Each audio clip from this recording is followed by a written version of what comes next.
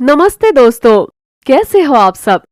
चलिए जानते हैं वट सावित्री पूजा का महत्व और ये पूजा कैसी करनी चाहिए, इसके बारे में मैं आज आपसे बात करने वाली हूँ। हिंदू धर्म में अन्य पूजा पाठ की भांति ही वट सावित्री की पूजा का भी बहुत ज्यादा महत्व है।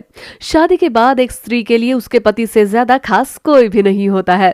कारण पति के लिए ही औरतें सजती संवरती है, साज सज्जा करती है, उनके लिए ही, उनके साथ ही जीवन और मरण के सपने भी देखती है।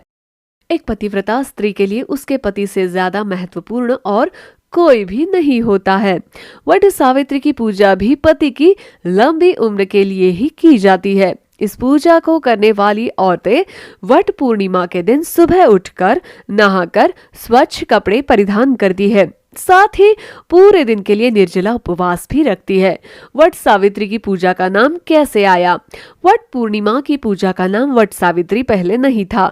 पति की आयु लंबी हो इसलिए औरतें व्रत रखकर अपने पति की लंबी उम्र के लिए पूजा करके व्रत को तोड़ती थी। लेकिन जब सावित्री जैसी पतिव्रता स्त्री के पति की मृत्यु जब कम उम्र में हुई तो ये सदमा सावित्री कदाचित यकीन नहीं कर पाई। तब सावित्री ने वट पूर्णिमा पूजा के बारे में सुना और पूरी श्रद्धा के साथ सावित्री ने अपने मृत पति को फिर से जीवित पाने के लिए पूजा की।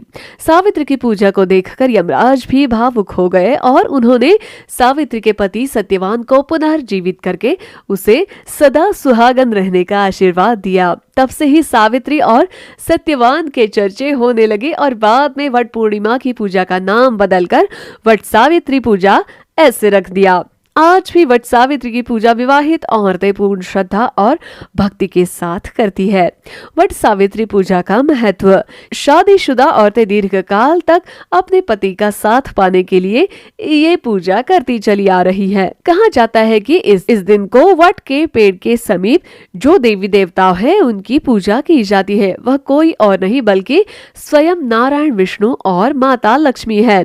इस पूजा को जो भी सुहागन पूरी निष्ठा के साथ करती है उनको स्वयं श्री हरि विष्णु अखंड सौभाग्य का वरदान देते हैं। इस व्रत को रखने से या इस पूजा को करने से पति और पत्नी के बीच में आपसी प्रेम बढ़ता है।